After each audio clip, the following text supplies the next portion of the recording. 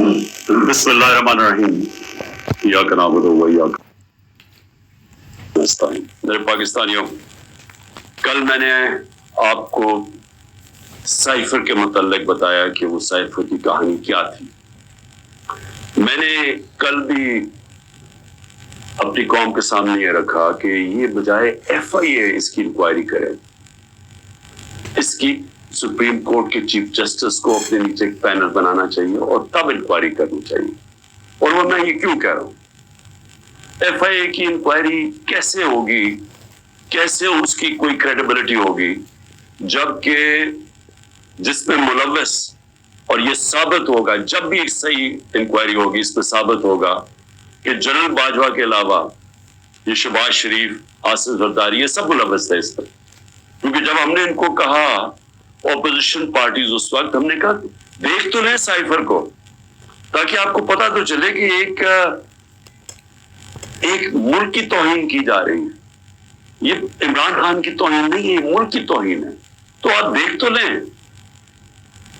ایک دم صاف انکار کر دیا، تو اس سے واضح ہو جانا چاہیے کہ اتنا خوف کیا تھا دیکھنے کے لیے، کیونکہ ان کو پہلے ہی پتا تھا کیا ہو رہا ہے۔ اس سے بڑے پہلے یہ ملاقاتیں کر رہے تھے جا کے ایمبیسی کے لوگوں کے ساتھ۔ اچھا جی، میں یہ اس لیے کہہ رہا ہوں کہ یہ سائفر کی اندر تحقیقات ضروری ہے، کیونکہ ایک آئی ایم ایف نے رپورٹ شائع کی ہے 2018 سے اور 2023 کے بیچ میں، انہوں نے ایک رپورٹ دی ہے۔ یہ میں ضرور چاہتا ہوں کہ یہ آپ جو آپ میں سے سمجھتے ہیں تھوڑی بہت بھی معیشت کو، وہ اس کو ضرور دیکھ لیں، کیونکہ میں جب کہتا ہوں کہ ملک کا انہوں نے بیڑا غرق کر کے رکھ دیا ہے، کہ وہ گورنمنٹ جو زبردست پرفارمنس دے رہی تھی، جو ہم نے اپنے جتنے بھی ٹارگٹ سیٹ کیے تھے، ہم نے آخری سال سب ٹارگٹ سے آگے نکل گئے۔ ٹیکس کلیکشن سب سے زیادہ ہم نے اپنے ٹارگٹ سے اوپر چلے گئے، ایکسپورٹ ٹارگٹ اوپر زیادہ ملا، ریمیٹنسز جو باہر سے ڈالرز آتے ہیں وہ زیادہ ہوئے جو ہمارے ٹارگٹس تھے۔ آپ سارے ٹارگٹس جو ہم نے اپنے آپ کو سیٹ کیے تھے اس سے آگے نکل گئے، تو اس وقت یہ گورنمنٹ گرائی گئی۔ تو میں اگر یہ کہتا تھا تو مخالف یہ پی ڈی ایم والے کہتے تھے کہ جی یہ تو، اور دوسرے اپنے بتا دیتے کہ جی نہیں تو ہمیں تو بارودی سرنگیں ملی اور ہمیں یہ ہو گیا۔ لیکن اب آئی ایم ایف کی رپورٹ آئی، اس سے پہلے بھی ضرور اکنامک سروے آف پاکستان پڑھ لیں، جو ان کے دور میں پچھلے مئی میں شائع ہوا تھا، ان کے دور میں ہوا تھا، جو ابھی بھی شائع ہوا، ذرا اسے ضرور اس سے بھی دیکھ لیں وہ کیا چیز سامنے آتی ہے کہ جب ایک سازش کے تحت جنرل باجوہ نے ایک سٹنگ گورنمنٹ کو گرایا تو اس قوم کو کتنی تکلیف اٹھانی پڑی اور اٹھا رہی ہے تکلیف۔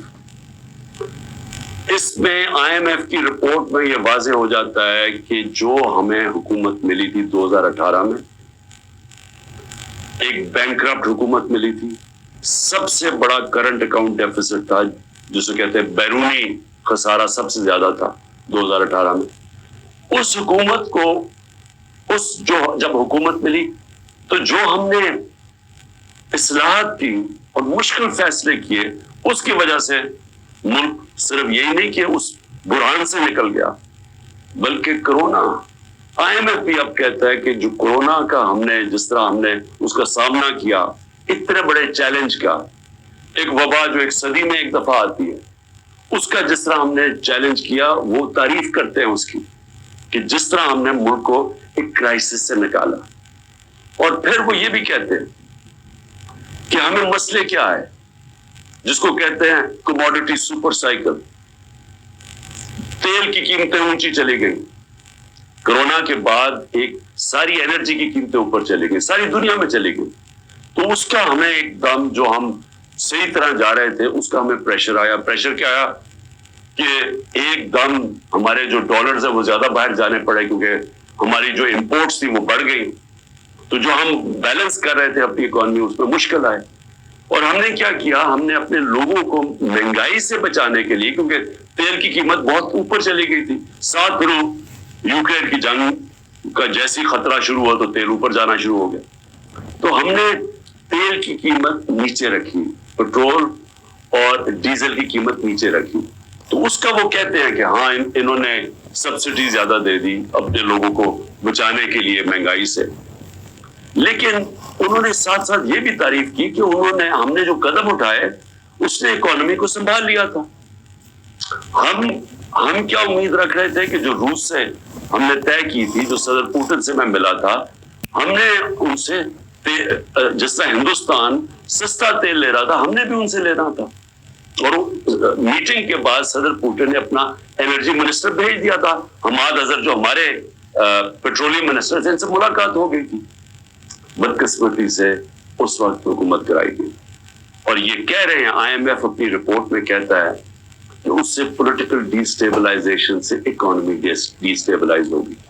یعنی جو ہماری معیشت تھی وہ ڈی اسٹیبلائز کا مطلب کہ وہ ایک دم مارکیٹ جو تھی اس کے اندر ایک دم انسرٹنٹی آ گئی. جب مارکیٹ کی انسرٹنٹی کا مطلب کہ جب جو ٹریڈرز ہوتے ہیں, جو مارکیٹ ہوتی ہے, اس کو جب یقین نہیں ہوتا کہ اب کیا ہوگا, تو یہی میں نے جنرل باجوہ کو میں نے بھی بتایا اور شوکت ترین فائنانس منسٹر کو بھیجا. ان کو بھی کہا کہ ان کو بتاؤ کہ اس وقت نہ ڈی اسٹیبلائز کرنا, ان سے سنبھالی نہیں جائے گی. اور وہی آئی ایم ایف لگتا ہے کہ ان سے سنبھالی نہیں گئی.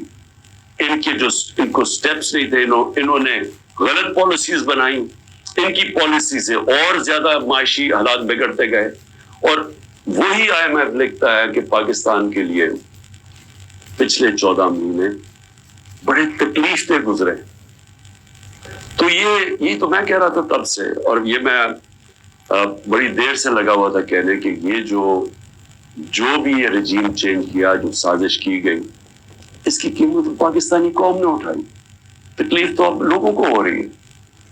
جب ہمیں انہوں نے ہٹایا تھا تو مہنگائی 12.4% تھی, جس کے اوپر شور مچ گیا.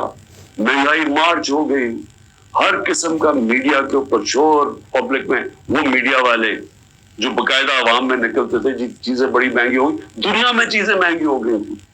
انٹرنیشنل کموڈیٹی سپر سائیکل تھا, دنیا میں انرجی کی قیمتیں اوپر چلے گئی, مہنگائی دنیا میں آ گئی. 1970 کے بعد دنیا میں سب سے زیادہ مہنگائی آئی کرونا کی وجہ سے.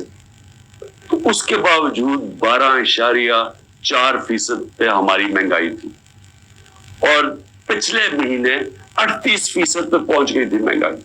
اب تھوڑی کم ہوئی ہے, اور مہنگائی کم ہونی چاہیے اس لیے کہ دنیا میں تیل کی قیمت اور انرجی کی قیمت نیچے آ گئی ہے. کموڈیٹیز دنیا کے اندر 35% ان کی قیمت نیچے آ چکی ہے جب ہماری حکومت تھی.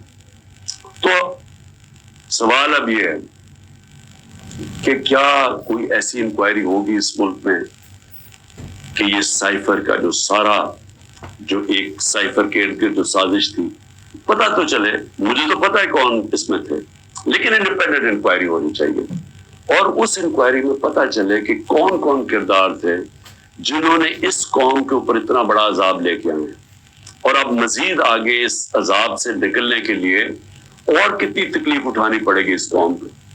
اور اس کے لیے میں پھر سے کوشش تو کرتا ہوں کہ ہمارے چیف جسٹس صاحب کو اس کے اوپر سوچنا چاہیے کہ وہ ہی ایک انکوائری کر سکتے ہیں, کیونکہ یہ حکومت تو کرنے نہیں دے گی, اور نہ ہی مجھے افسوس سے کہنا پڑتا کہ ہماری اسٹیبلشمنٹ یہ کرنے دے گی, کیونکہ اس کے اندر ملوث ہیں جو جنرل باجوہ, اور انہوں نے جو جس طرح کہ پوری 6 مہینے پہلے سے جو پلان بن رہا تھا گرانے کا. اب تو خیر خواجہ آصف کہہ رہے ہیں کہ 2021 سے پلان بنایا ہوا تھا جنرل باجوہ نے ہماری حکومت گرانے کا.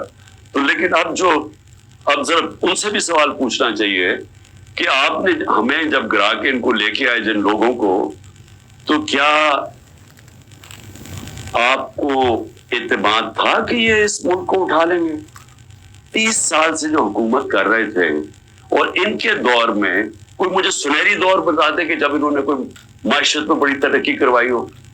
کوئی مجھے پتا چل جائے کہ انہوں نے کون سا وہ کیا 99 میں جب چھوڑ کے گئے تھے نون لیگ, تو ذرا بتائیں کہ کیا وہ معیشت کے حالات آپ کو پتا تھے؟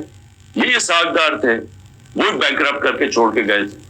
اور پھر اب یہ آئی ایم ایف کہہ رہا ہے کہ جو 2018 میں یہ چھوڑ کے گئے تھے پاکستان, وہ خود کہہ رہے ہیں کہ وہ تحریک انصاف نے بڑے زبردست مشکل فیصلے کر کے ملک کو اس سے نکالا. تو کیا کوئی ذمہ داری اٹھائے گا اس کی کہ جب اتنی بڑی طاقت ہو جاتی ہے کسی کے پاس تو کیا اس کو پھر ذمہ داری نہیں لینی چاہیے جبکہ وہ طاقت کا غلط استعمال کرتا ہے؟ اور یہ انکوائری میں چیزیں آنی چاہیے. کیوں؟ کہ آگے سے ایسی غلطیاں نہ ہوں کہ آگے سے کوئی ایک آدمی خود ہی فیصلہ بند کمرے میں فیصلے کر کے ملک کو اس طرح مشکلات میں نہ ڈالے. اب میں جو دوسری چیز کہنا چاہتا تھا وہ یہ کہ اس وقت ایک ظلم کی انتہا، ایک ظلم کا ایسا نظام چل رہا ہے جس کی میں سمجھتا ہوں انتہا ہے. سب سے پہلے تو میں جو خواتین اس وقت جیلوں میں، میں سوال پوچھنا چاہتا ہوں کہ انہوں نے کون سا جرم کیا؟ کیا پاکستان کا آئین پرامن احتجاج کی اجازت نہیں دیتا؟ کہیں آئین میں لکھا ہوا ہے کوئی نو گو ایریاز ہے؟ کہیں پاکستان کے آئین میں لکھا ہوا ہے کہ اگر کسی سے کوئی سمجھے کہ ناانصافی ہوئی ہے ان سے تو کیا وہ کوئی ایسی ایریاز ہے جدھر وہ احتجاج نہیں کر سکتے؟ جب سپریم کورٹ کہتا ہے کہ پارٹی کے چیئرمین عمران خان کو غیر آئینی اور غیر قانونی طور پہ اغوا کیا گیا اسلام آباد ہائی کورٹ سے، اور جس طرح اس کو مجرموں کی طرح ڈنڈے مار کے لوگوں کو، اس کے بھی اور لوگوں کو، وکیلوں کو، جس طرح اس کو پکڑ کے لے کے گیا تاکہ ساری دنیا دیکھے کہ کس طرح ایک پارٹی کے سربراہ کو کس طرح کا یعنی اس کے ساتھ رویہ تھا، تو کیا اس کا اجازت نہیں تھی کہ پرامن احتجاج اس ناانصافی کے اوپر کرے؟ اور جب رینجرز اٹھا کے لے کے گئے تو کدھر احتجاج کرنا تھا؟ وہی نہ کنٹونمنٹس میں کرنا تھا، جی ایچ کیو کے سامنے کرنا تھا، اور کدھر جا کے کرتے؟ تو میں سوال یہ پوچھتا ہوں اس میں جرم کیا تھا؟ جرم جو تھا جو جلائے ہیں، جرم تھا کور کمانڈر کے گھر کو آگ لگانا، یہ جرم تھا. جرم وہ تھا جو عسکری ٹاور جلائے گئے اور جدھر جدھر بھی جلائے گئے وہ جرم تھا. اب میرا سوال یہ ہے کہ کیا اس جرم میں 10,000 لوگ شریک تھے؟ کیا 50-60 لوگ ہوں گے جنہوں نے جا کے جلایا؟ میرا اگلا سوال یہ ہے کہ یہاں سی سی ٹی وی کیمراز ہیں، کیوں نہیں سی سی ٹی وی کیمراز کی فوٹیج سامنے آئی کہ وہ کون لوگ تھے جو پہلے گئے ہیں، کن لوگوں نے آگ لگائی؟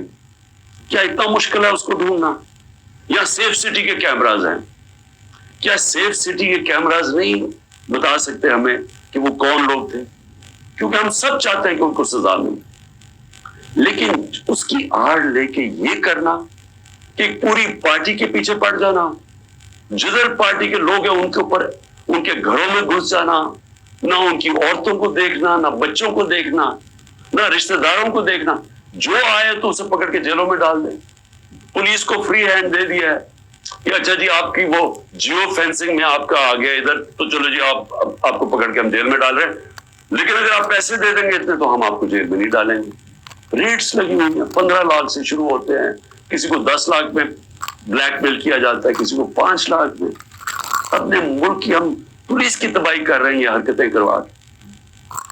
کوئی انڈیپینڈنٹ انویسٹیگیشن ہوگی اس کے اوپر؟ کیا عسکری ٹاورز کے اندر نہیں ہم بتا سکتے؟ ایک انڈیپینڈنٹ صحافی کی پوری سٹیٹمنٹ آئی ہوئی ہے کہ وہاں کیا ہوا، اس میں پی ٹی آئی والے نہیں تھے عسکری ٹاور. ایک پتا چلے کہ ریڈیو پاکستان پشاور کس نے جلایا تھا، اس کے اوپر کوئی انویسٹیگیشن ہونی چاہیے. کیوں نہیں ہوئی ابھی تک؟ میرا سوال یہ ہے کہ کیوں نہیں ابھی تک آئی جی پنجاب اس سے کیوں نہیں پوچھا گیا کہ کیوں پولیس وہاں نہیں پہنچائی، کور کمانڈر ہاؤس کیوں اس سے نہیں پوچھا جا رہا؟ جب یہ ہوا تھا امریکہ کے اندر کیپٹل ہل، ان کی پارلیمنٹ کے اوپر جب ڈونلڈ ٹرمپ کے لوگوں نے ہلا بولا تھا تو سب سے پہلے پولیس چیف کی خبر لی گئی. اور مجھے یہ پھر سے میں پوچھنا چاہتا ہوں کہ یہ جو عورتوں کو پکڑا ہوا ہے، ہماری اسٹوڈنٹس پکڑے ہوئے ہیں، لوگوں کو جیلوں میں ڈالا ہوا ہے، برے حالات میں رہ رہے ہیں، جو خبریں آ رہی ہیں باہر، کیا کیا ان سے ہوا ہے، وہاں کتوں سے تشدد ہوا ہے، ان سے اپروور بنانے کے لیے کیا کیا ان کے اوپر ہر قسم کا ظلم کیا گیا. کہ یا کہہ دو کہ عمران خان نے کہا تھا وہاں جا کے تو فائلیں جلا دینا کور کمانڈر ہاؤس میں، کور کو بانٹ رہا اس کو بھی آ لگا فائلیں جلا دینا. ایک یہ کسی کی 164 کا بیان آئے, اس میں کوئی عقل ہے کہ کیا فائلیں پڑی ہوئی کور کمانڈر ہاؤس؟ آج تک مجھے ایک سٹیٹمنٹ بتا دے کہ عمران خان نے اپنی ساری زندگی کبھی کہا ہے کہ تشدد کرو, انتشار کرو, لوگوں کو مارو, جلا دو؟ ایک بڑی سٹیٹمنٹ بتائیں 27 سال میں. 126 دن کا دھرنا تھا, پاکستان کی تاریخ کا سب سے زیادہ پروٹیسٹ تھا, لمبا. بتائیں اس کے اندر کچھ کیا, توڑ پھوڑ کی, کچھ جلایا؟ آتے تھے اپنا دھرنا تقریر کر کے واپس چلے جاتے تھے, شعور لوگوں کو دیتے تھے. اس کو جمہوریت کہتے ہیں. مجھے یہ بتائیں کہ یہاں یہ کہا گیا ہے کہ جی آپ کنٹونمنٹ میں تھے اور آپ کو جیل میں ڈال دیا. مجھے یہ بتائیں کہ جو سب سے مقدس جگہ برطانیہ میں ہے وہ ہے پرائم منسٹر کا گھر, 10 ڈاؤننگ اسٹریٹ. مجھے بتائیں ہر دوسرے دن وہاں مظاہرہ ہوتا ہے. آپ 10 ڈاؤننگ اسٹریٹ چلے جائیں, وہاں آپ ہر دوسرے دن کوئی نہ کوئی آگے مظاہرہ کر رہا ہوتا ہے کہ جی ہمارے سے ناانصافی ہوئی. کبھی کسی کے اوپر کوئی FIR کاٹی ہے, کسی کے اوپر کوئی گولیاں چلائی ہیں؟ میں یہ سوال پوچھتا ہوں کہ یہاں 16 لوگ شہید کیے گئے ڈائریکٹ فائرنگ سے, 100 سے اوپر کو گولیاں لگی, 3 کی ٹانگیں کٹ گئی. میں یہ پوچھنا چاہتا ہوں کہ جو اور ایک پیرالائز ہے, کبھی کسی جمہوریت کے اندر اس طرح گولیاں ماری جاتی ہیں اور انکوائری بھی نہیں ہے؟ انکوائری سے پولیس ان کے گھروں میں پہنچ جاتی ہے. جن کے گولیاں لگی ہیں انہوں نے ایک جگہ ڈیڈ باڈی نہیں دے رہا کہ نہیں جب تک پہلے آپ کہیں کہ آپ کوئی کاروائی تو نہیں کریں گے. ان سے ایشورٹی لیتے ہیں کہ آپ نے FIR نہیں کٹوانی. کیوں سیدھی FIR کٹتی ہے IGs کے اوپر؟ یہ کیسے آپ نے گولیاں چلا دی نہتے لوگوں کے اوپر؟ ایک پولیس والے کو گولی نہیں لگی, ایک رینجر, مطلب کہ یہاں سے تو کسی کے پاس ہتھیار نہیں تھے, تو آپ نہتے لوگوں پہ گولیاں کیسے چلا سکتے؟ اور پھر آپ کے سامنے فرانس میں ایک لڑکے کو گولی لگی, 4 دن فرانس کے سارے شہروں میں آگ لگی ہوتی ہے, 1000 بلڈنگز اور گاڑیاں جلائی جاتی ہیں, اور کھلے عام لوگ آپ کے سامنے کہ انہوں نے پولیس کو پیٹرول بم مار رہے ہیں. اس کے پولیس نے تو کوئی اور گولی نہیں چلائی, کیونکہ وہاں جمہوریت ہے, آزاد ہے لوگ. میں یہ پوچھنا چاہتا ہوں کہ کوئی انکوائری ہوگی ان لوگوں کے اوپر جن کے اوپر گولیاں چلائی گئی, جن لوگوں کی جانیں لی گئی ہیں؟ کیا ہم کسی کو اکاؤنٹیبل رکھیں گے؟ کیا اس ملک کے اندر کوئی انصاف کا نظام ہے, یا صرف طاقتور جو مرضی کرنا چاہے جنگل کے قانون کی طرح وہ کر سکتا ہے؟ یہ کیسے ہو سکتا ہے؟ چلے عورتوں کا میں نے شروع میں بات کی, بچوں کو کیوں پکڑ لیتے ہیں؟ ڈاکٹر امجد کا ابھی اس کی مجھے کل میسج آئی, 13 سال کا بیٹا. ڈاکٹر امجد گھر تھا نہیں, 6 دفعہ اس کے گھر چھاپے پڑ چکے. اس کے 13 سال کا بیٹا اور اس کا ایک بھتیجا تھا, وہ کوئی 18 سال, ان کو اٹھا کے لے گئے. ساری رات وہ اس کے اوپر کپڑا ڈال کے 13 سال کے بچے کو پھراتے رہے. لیکن جو اسٹیبلشمنٹ کو فکر کرنے کی بات یہ ہے کہ ہر جگہ پولیس کیا کہتی ہے, جی ہم کچھ نہیں کر سکتے, ہم مجبور ہیں, اوپر سے پیغام آئے ہیں. یہ جو ہم ظلم کر رہے ہیں یہ ہم نہیں کرنا چاہتے, یہ ہمیں پیچھے سے پیغام آئے. یہ ہر جگہ سے یہ خبر آتی ہے کہ جی ہم تو چھوڑنا چاہتے ہیں لیکن کیا کریں جی, وہ اوپر سے پریشر ڈال رہے ہیں, سارا ڈال رہے ہیں اسٹیبلشمنٹ کے اوپر, ساری نفرت اس کے خلاف کر رہے ہیں. یہ تو کوئی دشمنوں کی ضرورت نہیں ہے. یہ جو سارا ظلم کیا جا رہا ہے یہ اب پولیس اپنے اوپر سے اتار رہی ہے. یہ جو گھروں پہ بھی جاتے جی ہمیں آرڈر ہے کہ گھر توڑ دو, لوٹتے ہیں گھر کہ جن کو سبق سکھاؤ. بچوں کو پکڑنا, عورتوں کو پکڑنا. اور یہ حال ہے کہ زمان پاک میں اب یہ حال ہے. ذرا میں آخری بات کر رہا ہوں. زمان پاک میں کیا ہوتا ہے, یا ایک نائی آتا ہے ہر تھوڑی دیر کے بعد, بھی گارڈز بھی ہیں یا کام کرنے والے, وہ ایک دفعہ آتا ہے ان سب کے بال کاٹ دیتا ہے. وہ 3-3.5 گھنٹے کے لیے 4 گھنٹے تک وہ بیٹھ کے بال کاٹ دیتا ہے. وہ نائی نہ آئے یہاں, سارے پوچھیں کدھر چلا گیا وہ نائی. اس کو جب بھیجا آدمی کہ جی پتا تو چلا تم آئے کیوں رہے, اس نے ہاتھ ایسے پکڑ لیا. کہتے جی میرے پولیس پہنچ گئی اور پولیس نے کہا کہ تم 3.5 گھنٹے زمان پاک میں کیا کر رہے تھے, اس نے ہاتھ چھوڑ لیا کہ جی میں نہیں آ سکتا. تو یعنی یہ حالات ہے کہ زبان پاک میں آنا جرم ہو گیا. ایک یہ کدھر پہنچ گئے ہم؟ یہ ایک پولیٹیکل پارٹی ہے. عمران خان ایک پولیٹیشین ہے, ایک غدار نہیں ہے. اس کا جینا مرنا اس ملک میں ہے.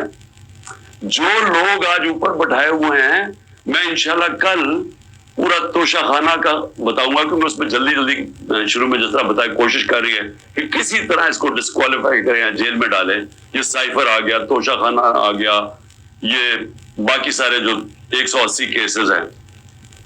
لیکن وہ جو لوگ اوپر بٹھائے ہوئے ہیں, کوئی دیکھا ہے ان لوگوں کا کون ہے وہ؟ اس کی قوم کے بڑے بڑے مجرم ہیں. وہ لوگ ہیں جو 30 سال سے جرم کر رہے ہیں, جن کے اوپر اتنی فائلیں ہیں ان کی چوریوں کے اوپر.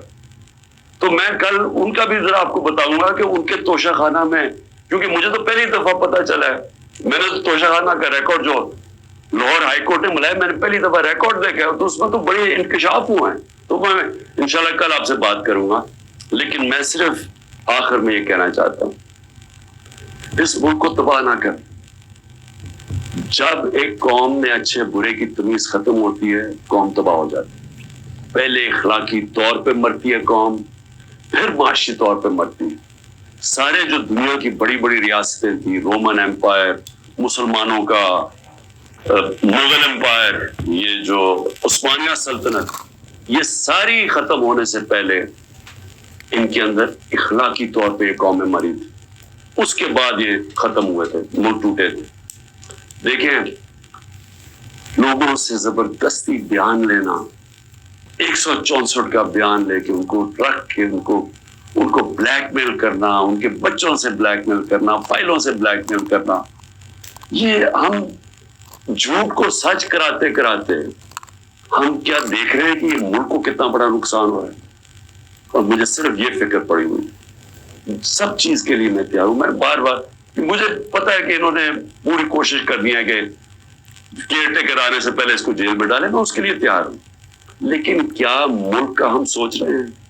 وہ نہیں سوچ رہے جن کے سارے ڈالرز باہر پڑے ہوئے ہیں. سوچ ہمیں, ہماری طرح کے لوگوں کو سوچنا چاہیے جن کا جینا مرنا پاکستان میں. پاکستان زندہ باد.